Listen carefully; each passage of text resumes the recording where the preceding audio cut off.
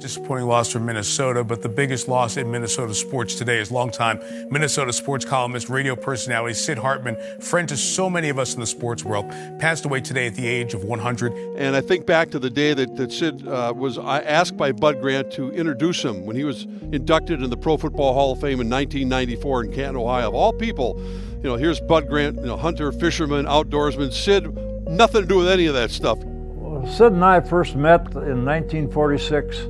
Walking up the steps of Cook Hall at the University of Minnesota. It was Sid's first day on the sports beat at Minnesota. It was my first day of practice. I really didn't know where I was going. I'm not sure Sid knew where he was going, but we met on the steps, shook hands, and we've been close personal friends ever since 1946.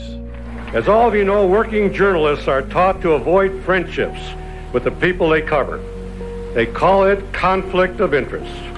If that had been the rule some 45 years ago, it would have cost me one of the best friends I have on this earth. When it came down to it, he was the only person that I could think of that had meant more to my life in growing up at the University of Minnesota than my close personal friend, Sid.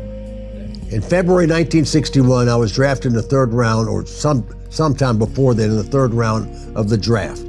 If you draft a quarterback in the third round of the draft then or now, you don't think he's good enough, smart enough, big enough to play. And it's like 10 below zero. And we come down to Wold Chamberlain Field off a Northwest Airlines flight from Atlanta, Georgia to here, and coming down the steps, and down at the bottom of the steps was Sir Sidney Hartman. I never heard of him, didn't know who he was. And he had his trusty microphone there, and out in the 10 below zero, he gave my first interview, and it's the first time I met Sid Hartman. And Sid Hartman is as important a part of the Minnesota Vikings of anybody from Bud Grant, Fran Tarkenton, Jim Marshall, Alan Page, Carl Eller, Adrian Peterson. He's just as big a part of it as any of us.